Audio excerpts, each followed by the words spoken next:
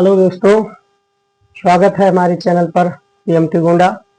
आज फिर हम उपस्थित हुए हैं एक नए टॉपिक के साथ, जिसमें हम लोग आज वैद्युत फ्लक्स तथा गॉस की परिमेय का अध्ययन करेंगे, जिसमें विभिन्न टॉपिक दिए हुए हैं। इन सब का आज अध्ययन करना है और एक ही वीडियो में ये पूरा आज क्लियर कर देना है। आज आपको ये सारी बातें एक साथ क्लियर हो जाएंगी और नेक्स्ट डे हम इस पर जो भी न्यूमेरिकल या अच्छे क्वेश्चन कुछ सेलेक्ट कर रहे हैं, इसीलिए थोड़ा देरी हो रही है। इस पूरे टॉपिक पर बहुत यूनिक प्रश्न सारे कलेक्शन किए जा रहे हैं और उन सभी प्रश्नों को देखिएगा एक बार, कितने अच्छे प्रश्न हैं, अच्छे लेवल में है, मतलब उनका लेवल भी ऊंचा किया गया है। कुछ जैसे कि बोर्ड परीक्षा में हर बार 2-4 प्रश्न ऐसे दे दिए जाते हैं कि जिनका लेवल थोड़ा ऊंचा होता है, तो उसको भी ध्यान में रखते हुए एक नए प्रकार से हमने कुछ प्रश्नों का कलेक्शन किया है। इस लेक्चर के बाद उसको अगले दिन कराया जाएगा।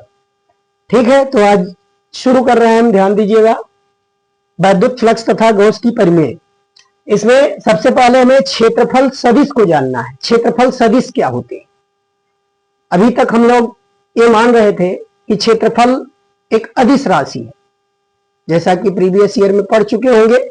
क्षेत्रफल, आयतन, ये सभी अदिश राशियां होती हैं। तो राशियां तो अदिश हैं, क्षेत्रफल भी अदिश है, लेकिन गॉस ने फ्लक्स की गणना करते समय इसे सदिश मान लिया था। सदिश माना गया है, लेकिन फ्लक्स की गणनाओं में ही इसको सदिश माना गया है, अन्य जगह यह अदिश ही है। देखिए, क्षेत्रफल सदिश क्या होता है, आज इसके बारे में हम लोग चर्चा करेंगे। तो सबसे पहले हम लोग जानेंगे क्षेत्रफल। देखिए, मान लीजिए ये कोई पृष्ठ है, ये कोई पृष्ठ है, एक सतह है जिसका क्षेत्रफल a है। हमने परिमाण इसका a ले लिया। a परिमाण का एक पृष्ठ है जिसका क्षेत्रफल मतलब a है। तो गॉस ने बताया कि पृष्ठ में भी दिशा होती है। उस पृष्ठ के तल के अभिलंबवत खींची गई रेखा उस तल की दिशा को प्रदर्शित करती है। मतलब अगर इस पृष्ठ में हम अभिलंबवत रेखा कुछ इस तरीके से इसे खींच दें, इस प्रकार से, तो ये सारी रेखाएं इस पृष्ठ की दिशा को बताती है। ये इसकी दिशा को बताती है। तो इस दिशा को अगर हम यूनिट वेक्टर n से प्रदर्शित करें, यूनिट वेक्टर n से इस दिशा को प्रदर्शित करें, तो इस तल के क्षेत्रफल सदिश को हम कैसे लिख सकते हैं?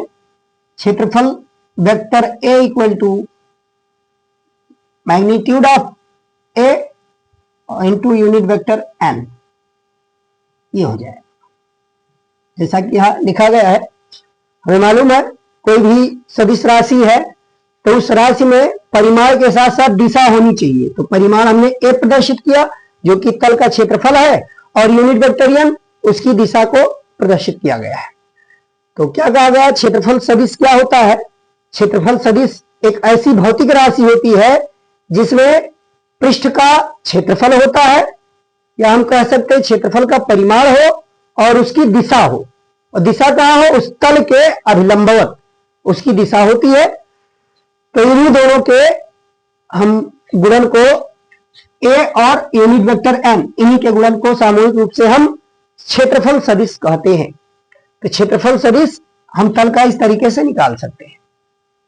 अब अगला टॉपिक है घन कोण। तो देखिए, घन कोण क्या होता है? Solid angle. तो घन कोण हम गोले का निकालते हैं, कोई गोलीय पृष्ठ का। जैसे वृत्त पढ़ चुके होंगे, ये वृत्त है और वृत्त का केंद्र बीचों बीच में होता है। अब मान लीजिए इतना हिस्सा हमने, ये इतना भाग वृत्त का कट कर लिया, या वृत्त पर कोई 2 बिंदु ले लिए a और b, और वृत्त का केंद्र O है। अभी a और b को केंद्र O से अगर मिलाया जाए तो ये AB हिस्सा जो है वृत्त का, ये चाप कहलाएगा। वृत्त का चाप, या हम कह सकते हैं कि यह लघु वृत्तखंड भी इसको कहा जा सकता है। वृत्तखंड तब कहेंगे जब ये जीवा द्वारा कटे, हम यहां चाप कहेंगे सीधे, वृत्तखंड नहीं कह सकते। ये वृत्त का चाप है AB। तो इस चाप AB के दोनों सिरों को केंद्र से मिला दिया जाए तो यहां भी एक कोण निर्मित होता है। लेकिन इस कोण को हम समतलीय कोण कहते हैं। यह समतलीय कोण होता है, इसका मात्रक रेडियन होता है। लेकिन अगर इस वृत्त की जगह पर हम एक गोला ले लें, तो गोला अगर ले लिया गया तो गोला भी हम इस तरीके से इसे दिखा सकते हैं, लेकिन इसमें पृष्ठीय क्षेत्रफल होता है गोले में, गोले का केंद्र बीच में है। अब गोले का कोई क्षेत्रफल का एक अवयव ले लिया जाए, ये गोले का क्षेत्रफल का एक अवयव हमने लघु खंड ले लिया डीए। अब यहां से देखिए, इस सेंटर से अगर इसको मिलाएं, इसके जितने भी इस अवयव पर विभिन्न बिंदु आ रहे हैं, उन सभी बिंदुओं को अगर केंद्र से मिला दिया जाए, उन सभी बिंदुओं को केंद्र से मिला दिया जाए इस तरीके से, तो यहां देखिए शंकु की तरह आकृति बनती है। अगर कोई गोले का एक छोटा सा अवयव ले लिया जाए और उस अवयव पर स्थित सभी बिंदुओं को केंद्र से मिला दिया जाए तो एक शंकु का निर्माण होता है, और वही शंकु कोण घन कोण कहलाता है। ये जो शंकु कोण बनकर तैयार हुआ, इसी को कहते हैं घन कोण। यही घन कोण का बनाता है, मतलब इसी कोण को हम घन कोण कहते हैं। मतलब पृष्ठीय क्षेत्रफल गोले के केंद्र पर जो कोण बनाता है। परिभाषा कैसे दे सकते हैं घन कोण की? घन कोण की परिभाषा हम दे सकते हैं कि जिस प्रकार चाप वृत्त के केंद्र पर एक कोण बनाता है, ठीक उसी प्रकार गोले का पृष्ठीय क्षेत्रफल भी गोले के केंद्र पर एक कोण अंतरित करता है, जिसे घन कोण कहते हैं। जैसे यहां वृत्त है, केंद्र पर कोण बनाता है, तो इसको समतलीय कोण कहेंगे, इसका मात्रक रेडियन होगा। लेकिन अगर कोई गोला है, गोलीय पृष्ठ है, तो उस गोलीय पृष्ठ का क्षेत्रफल या उसका पृष्ठ केंद्र से जो कोण बनाएगा, केंद्र पर जो कोण निर्मित करेगा, वो एक शंकु कोण होगा। वो 3D में होगा, चारों तरफ से दिखाया गया है, तो इसी को हम घन कोण कहते हैं। तो घन कोण ओमेगा से प्रदर्शित किया जाता है। यहां अगर लघु क्षेत्रफल लिया गया है, तो यहां घन कोण को भी लघु दिखाया जाएगा, डी ओमेगा लिख देंगे।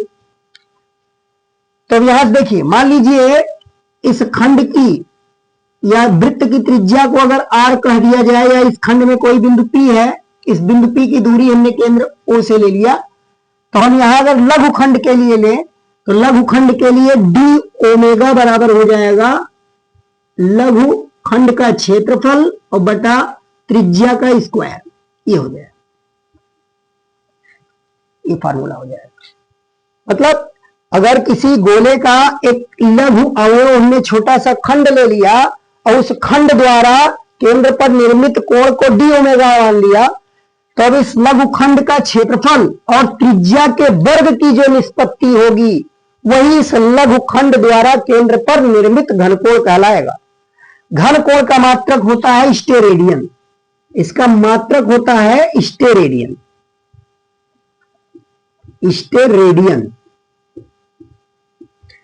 जिसको कि हम एस आर से प्रदर्शित करते हैं। रेडियन को आर ए डी लिख देते हैं और यहां एस आर से प्रदर्शित करते हैं स्टेरेडियन। देखिए, रेडियन अगर परिभाषित करें, रेडियन क्या होता है? रेडियन की परिभाषा हम दे सकते हैं, एक रेडियन कितना कोण है, एक रेडियन कितना कोण है और एक स्टेरेडियन कितना कोण है, ये कैसे निकाला जाए? तो देखिए, हम एक रेडियन को परिभाषित कर रहे हैं कि अगर कोई वृत्त का चाप वृत्त की त्रिज्या के बराबर है, तो उसके द्वारा केंद्र पर निर्मित कोण को हम एक रेडियन कोण कहेंगे। वृत्त की त्रिज्या के बराबर चाप द्वारा, वृत्त की त्रिज्या के बराबर चाप द्वारा वृत्त के केंद्र पर बना समतलीय कोण एक रेडियन कोण कहलाता है। अब ठीक उसी प्रकार अगर हम एक स्टेरेडियन को परिभाषित करें, एक रेडियन क्या है? एक रेडियन कोण अगर आर त्रिज्या के बराबर कोई चाप है, आर त्रिज्या के बराबर कोई चाप है, तो वह चाप केंद्र पर जितना कोण निर्मित करेगा, वही कोण एक रेडियन कहलाएगा, एक रेडियन के बराबर होगा। ठीक उसी प्रकार यहां हम घन कोण को परिभाषित करना चाहते हैं, तो देखिए यहां अगर इस फार्मूले में डी ए की वैल्यू आर स्क्वायर के बराबर कर दी जाए, डी ए के वैल्यू आर स्क्वायर के बराबर कर दी जाए, तो यहां भी हमको डी ओमेगा बराबर 1 मिल जाएगा, एक स्टेरेडियन मिल जाएगा, एक स्टेरेडियन। तो इस आधार पर हम परिभाषित कर सकते हैं कि स्टेरेडियन को, कि एक स्टेरेडियन वह घन कोण है जो गोले के पृष्ठीय क्षेत्रफल जो कि त्रिज्या के वर्ग के बराबर हो, यानी किसी गोले के त्रिज्या के वर्ग के बराबर पृष्ठीय क्षेत्रफल द्वारा केंद्र पर बनने वाला घन कोण एक स्टेरेडियन घन कोण कहलाएगा। उसको हम एक स्टेरेडियन कहेंगे। दोबारा सुन लीजिए, एक स्टेरेडियन घन कोण क्या होता है? तो एक स्टेरेडियन घन कोण वह घन कोण है जो किसी गोले की त्रिज्या के वर्ग के बराबर पृष्ठीय क्षेत्रफल द्वारा केंद्र पर अंतरित किया जाता है, उसी को हम एक स्टेरेडियन कहते हैं। मतलब त्रिज्या के वर्ग के बराबर अगर हम पृष्ठीय क्षेत्रफल ले लें गोले का, तो वह केंद्र पर जितना घन कोण बनाएगा वह घन कोण एक स्टेरेडियन के बराबर होगा। तो अब संपूर्ण गोले द्वारा, अगर संपूर्ण गोले द्वारा कहा जाए कि कोई संपूर्ण गोला केंद्र पर कितना घन कोण अंतरित करेगा, तो जैसा कि हम जानते हैं कि गोले का जो पृष्ठीय क्षेत्रफल होता है 4πr² होता है। यहीं से अगर देखा जाए, देखिए हम ओमेगा की वैल्यू निकालना चाहते हैं, जैसा कि आप पढ़ चुके हो, D omega equal to DA/r², ये होता है। अब यहां से अगर हम दोनों तरफ इंटीग्रेशन कर दें तो ओमेगा निकल आएगा। ओमेगा अगर यहां निकाल रहे हैं तो यहां DA का इंटीग्रेशन A हो जाएगा अपॉन r², ये लिखा जाएगा। अब अगर हम इसको पाई के पदों में लिखना चाहते हैं तो एक गोला, एक संपूर्ण गोले द्वारा केंद्र पर बनने वाला घन कोण, तो एक संपूर्ण गोले का पृष्ठीय क्षेत्रफल होता है 4πr²। यहां इसमें वैल्यू रख दीजिए तो ओमेगा बराबर आ जाएगा 4πr² अपॉन r², और यहां से देखिए r² से r² कैंसिल हो गया और यहां बचेगा ओमेगा इक्वल टू 4π स्टेरेडियन, ये हो जाएगा। मतलब एक पूर्ण गोले, एक संपूर्ण गोले द्वारा उसके केंद्र पर बना घन कोण 4π स्टेरेडियन के बराबर होता है। यह चीजें हमको जानकारी हुई। मान लीजिए ये कोई गोलीय पृष्ठ है, ये कोई गोलीय पृष्ठ है, इस तरीके से ये ले लिया हमने, इसको हम मिटा रहे हैं, थोड़ा सा स्पेस हो जाए। ये गोलीय पृष्ठ है, ये कुछ इस टाइप, और यहां पर हमने एक बिंदु O ले लिया और इस बिंदुओं पर, इस बिंदुओं की, इसके सेंटर से हमने दूरी ले ली R, ये R दूरी पर है। लेकिन यहां से देखा जाए तो ये थोड़ा तिरछा है। O से इस बिंदु को अगर P कहें तो OP की दिशा तो ये हो गई, ये हो गई OP की दिशा, लेकिन क्षेत्रफल की दिशा ये हो जाएगी, ये क्षेत्रफल की दिशा हो गई। यहां हम कह सकते हैं ये इसके क्षेत्रफल की दिशा है। अब देखिए, अगर हम इस गोले के द्वारा यहां पर हमें घन कोण की गणना करनी है, यहां पर घन कोण की गणना करनी है, तो अब इसका प्रोजेक्शन तो यहां बनेगा, इसका प्रोजेक्शन इसके सिधाई में बनना चाहिए कुछ इस तरीके से।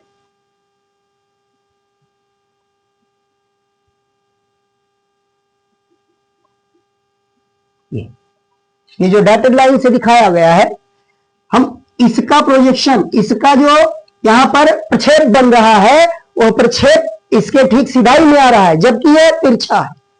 मतलब हम कह सकते हैं कि जिस बिंदु पर हमें घनकोण निकालना है, वह बिंदु और उस पृष्ठीय क्षेत्रफल की दिशा, उस बिंदु की लाइन और पृष्ठीय क्षेत्रफल की दिशा अगर किसी एंगल पर हो, थीटा कोण पर हो, तब हम कैसे इसके द्वारा निर्मित घनकोण को निकालेंगे, ये घनकोण कितना होगा, किस प्रकार से निकाला जाएगा।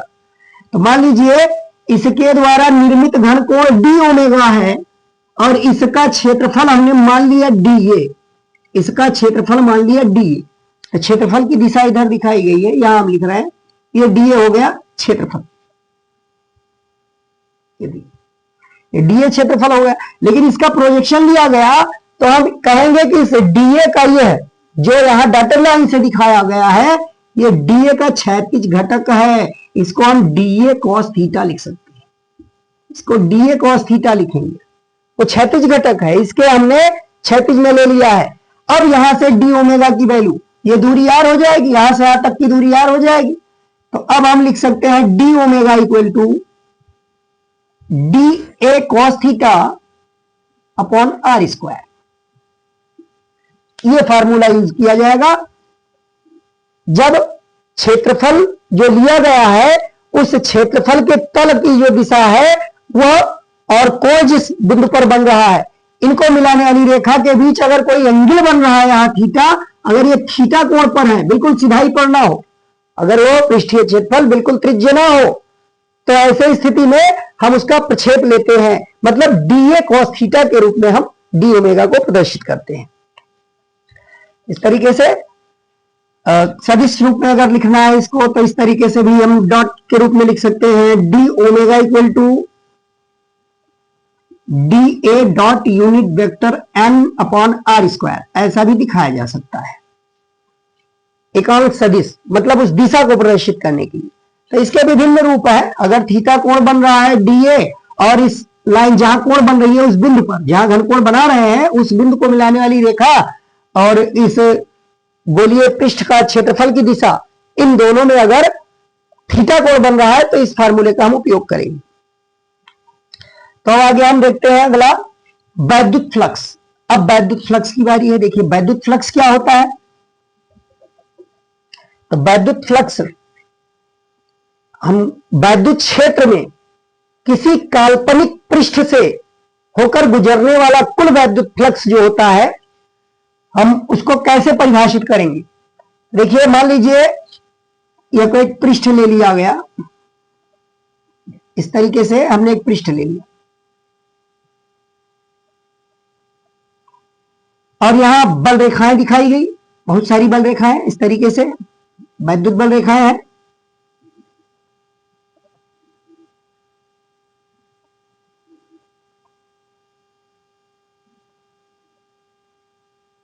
ये हमने दिशा दिखाई और इस पृष्ठ का क्षेत्रफल हमने ए मान लिया। तो अब इस क्षेत्रफल से या इस पृष्ठ से वैद्युत फ्लक्स, कितना बद्ध वैद्युत फ्लक्स है, क्या होता है वैद्युत फ्लक्स, हम उसकी गणना करेंगे। देखिए वैद्युत क्षेत्र में किसी काल्पनिक पृष्ठ से होकर जितनी भी वैद्युत बल रेखाएं गुजर रही हैं उन्हीं की संख्या की माप को हम वैद्युत फ्लक्स कहेंगे। वैद्युत फ्लक्स क्या है, जितनी बल रेखाएं गुजर रही हैं इस पृष्ठ से होकर, जितनी वैद्युत बल रेखाएं गुजर रही हैं उन वैद्युत बल रेखाओं की संख्या की माप, मतलब उनकी संख्या, परिमाण, कुल कितनी वैद्युत बल रेखाएं गुजर रही है उसी की संख्या को हम वैद्युत फ्लक्स, उस पृष्ठ से बद्ध वैद्युत फ्लक्स कहा जाएगा।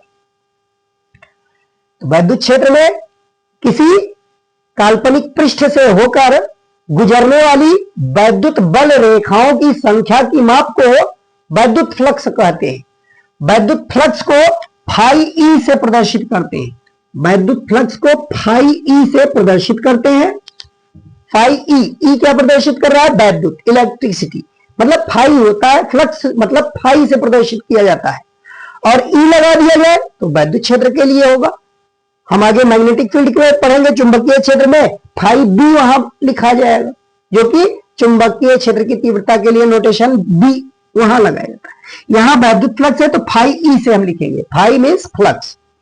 देखिए वैद्युत फ्लक्स की परिभाषा बताई गई कि वैद्युत फ्लक्स क्या है, वैद्युत क्षेत्र में किसी काल्पनिक पृष्ठ से होकर गुजरने वाली वैद्युत बल रेखाओं की संख्या की माप को वैद्युत फ्लक्स कहते हैं। और वैद्युत फ्लक्स पृष्ठ के भीतर प्रवेश करने वाली जो बल रेखाएं होती है वह ऋणात्मक वैद्युत फ्लक्स को प्रदर्शित करेंगी और जो पृष्ठ से होकर बाहर जाने वाली वैद्युत बल रेखाएं हैं वो धनात्मक वैद्युत फ्लक्स को प्रदर्शित करेंगी। मतलब वैद्युत फ्लक्स धनात्मक भी हो सकता है, ऋणात्मक भी हो सकता है। अगर वैद्युत बल रेखाएं उस पृष्ठ से उस पृष्ठ के भीतर प्रवेश कर रही हैं तो वो ऋणात्मक फ्लक्स को प्रदर्शित करेंगी। अगर वैद्युत बल रेखाएं उस पृष्ठ से बाहर निकल रही है तो धनात्मक वैद्युत फ्लक्स को प्रदर्शित करेंगी। इस प्रकार से हम वैद्युत फ्लक्स की परिभाषा से हम क्या निकाल सकते हैं, देखिए काल्पनिक, हमने एक छोटा सा इसका एक खंड ले लिया, अति सूक्ष्म खंड हमने ले लिया इसका, और इसको कहा कि ये डीए है, डीए मतलब एक सूक्ष्म अवयव इस पूरे तल का, जो पृष्ठ लिया गया है जिसका कि क्षेत्रफल ए लिखा गया है, उसका एक सूक्ष्म अवयव है डीए। तो इस डीए से होकर गुजरने वाली फ्लक्स रेखाएं कितनी हैं, उन फ्लक्स रेखाओं की संख्या अगर मालूम चल जाए तो हम इसका समाकलन कर देंगे, इसका हम पृष्ठीय समाकलन कर देंगे। पृष्ठ समाकलन करके पूरे पृष्ठ का हम फ्लक्स की गणना कर सकते हैं। देखिए इसके लिए क्या फार्मूला बताया गया, एक अति सूक्ष्म खंड डीए से होकर गुजरने वाला वैद्युत फ्लक्स डी फाई ई, ये बराबर होगा, ये वैद्युत क्षेत्र मान लीजिए एक समान, बहुत छोटा खंड लेंगे तो निश्चित ही एक समान वैद्युत क्षेत्र उसमें से प्रवेश करेगा। अब यहां वैद्युत क्षेत्र की दिशा हमने ले लिया इस डायरेक्शन में ई, ये वैद्युत क्षेत्र की दिशा। तो यहां डी फाई ई बराबर हम लिख सकते हैं ई डॉट डीए, ई डॉट डीए, ये हो गया। एक छोटे से खंड के कारण होकर जो वैद्युत बल रेखाएं गुजर रही है उनकी संख्या अगर निकालना है तो वैद्युत क्षेत्र की तीव्रता और क्षेत्रफल सदिश का अदिश गुणन ई डॉट ए या स्केलर गुणन कह सकते हैं कि एक अल्प पृष्ठीय क्षेत्रफल से होकर गुजरने वाली वैद्युत बल रेखाओं की संख्या, यानी इस पृष्ठ से बद्ध वैद्युत फ्लक्स इस स्थान पर वैद्युत क्षेत्र जितना है और उस पृष्ठ का जो क्षेत्रफल है इनके स्केलर गुणन के बराबर होता है, ई डॉट डीए के बराबर होता है। अब अगर हमें पूरे पृष्ठीय क्षेत्रफल जितना भी यहां है पृष्ठ, इस संपूर्ण पृष्ठ से बद्ध चुंबक वैद्युत फ्लक्स, इस संपूर्ण पृष्ठ से बद्ध वैद्युत फ्लक्स की गणना करनी है तो इसी का हम इंटीग्रेशन करके वैद्युत फ्लक्स निकाल सकते हैं। देखिए कैसे करेंगे, इस छोटे से एलिमेंट को हम, इसका हम पृष्ठ समाकलन करेंगे, ए लिखा जाएगा पृष्ठीय समाकलन के लिए, और यहां लिख देंगे D phi E equal to, इधर भी हो जाएगा पृष्ठीय समाकलन ई डॉट डीए, ये लीजिए। अब हम जानते हैं कि डी फाई ई को हम इसका जब समाकलन करेंगे तो इस पूरे पृष्ठ का समाकलन करने पर क्षेत्रफल मिलेगा, मतलब वैद्युत फ्लक्स प्राप्त होगा, फाई ई प्राप्त हो जाएगा, ये हो जाएगा। ये किसी पृष्ठ से बद्ध वैद्युत फ्लक्स के लिए ये फार्मूला होगा, phi E equal to integration E dot DA.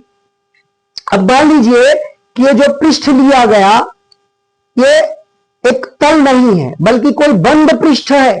अगर ये पृष्ठ बंद है तब क्या करेंगे, अगर ये बंद पृष्ठ है तब क्या किया जाएगा, तब फ्लक्स की गणना कैसे करेंगे। तो देखिए बंद पृष्ठ से, कोई अगर वैद्युत क्षेत्र में बंद पृष्ठ रखा हुआ है, बंद पृष्ठ से बद्ध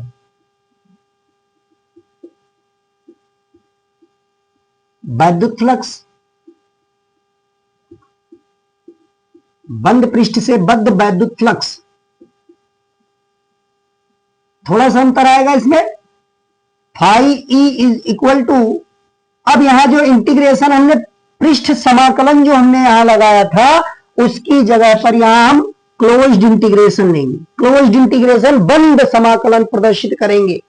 अगर किसी बंद पृष्ठ का हमें अवकलन बंद पृष्ठ का हमें समाकलन करना है तो समाकलन की यहां लिमिट ना लिखकर हम एक सर्किल, समाकलन चिन्ह पर एक सर्किल बना देते हैं, छोटा सा एक गोला बना देंगे जो कि क्लोज्ड इंटीग्रेशन को प्रदर्शित करेगा कि समाकलन करना है लेकिन एक निश्चित सीमा तक ही करना है, उससे ज्यादा नहीं करना।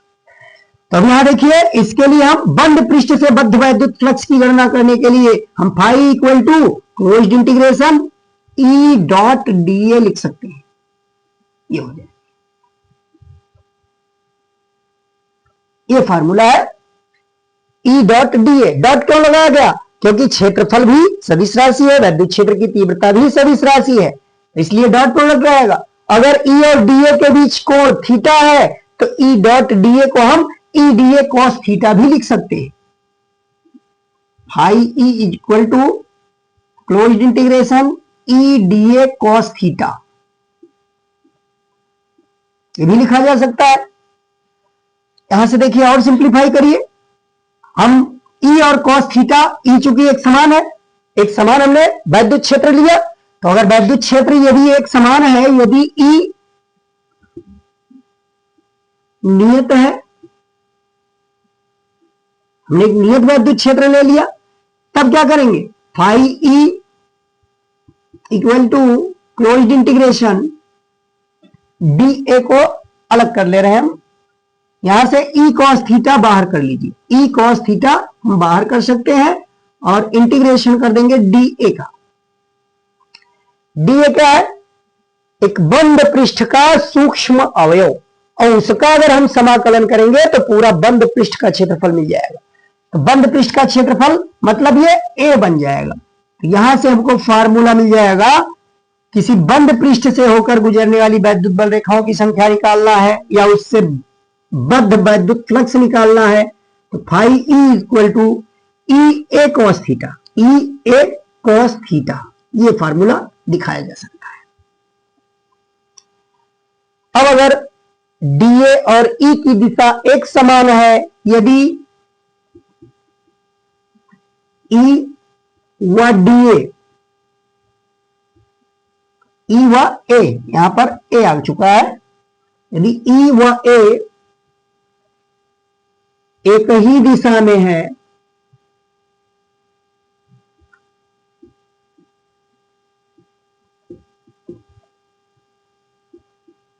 तो थीटा को हम 0 डिग्री कर सकते हैं।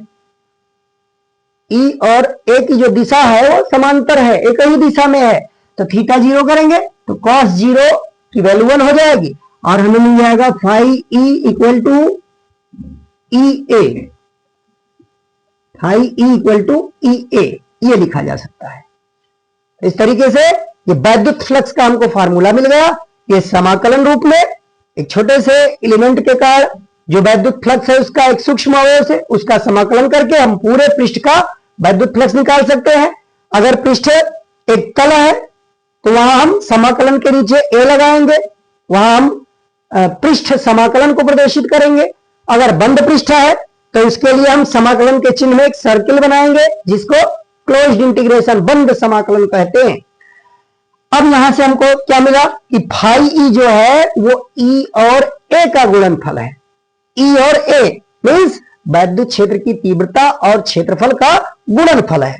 अब यहां से अगर हम ई की वैल्यू देखें, ई इक्वल टू क्या आता है, देखिए ई बराबर फाई ई बटा ए, फाई ई बटा ए, यानी वैद्युत फ्लक्स को क्षेत्रफल से भाग किया गया। तो वैद्युत फ्लक्स को अगर क्षेत्रफल से भाग करेंगे तो यहां घनत्व के रूप में हमको फ्लक्स घनत्व के रूप में प्राप्त होगा। अगर कहा जाए वैद्युत क्षेत्र का फ्लक्स घनत्व क्या है, फ्लक्स वैद्युत फ्लक्स ना कहकर हम फ्लक्स घनत्व अगर कहते हैं, वैद्युत फ्लक्स घनत्व, तो उसका अर्थ हुआ वैद्युत क्षेत्र की तीव्रता। कभी कभी प्रश्न वैद्युत फ्लक्स घनत्व के रूप में कहकर पूछ लेता है, ये ध्यान रखिएगा। अगर फ्लक्स घनत्व का कहा गया तो वो वैद्युत क्षेत्र की तीव्रता की बात करता है। इसी आधार पर, इसी सूत्र के आधार पर हम वैद्युत क्षेत्र की तीव्रता का मात्रक निकाल सकते हैं, इसके आधार पर भी, या वैद्युत फ्लक्स का मात्रक हम वैद्युत क्षेत्र की तीव्रता के सूत्र से निकाल सकते हैं। देखिए अब हम इस सूत्र से इसका मात्रक और ध्रुवीय सूत्र देखने वाले हैं। तो वैद्युत फ्लक्स का मात्रक क्या होता है,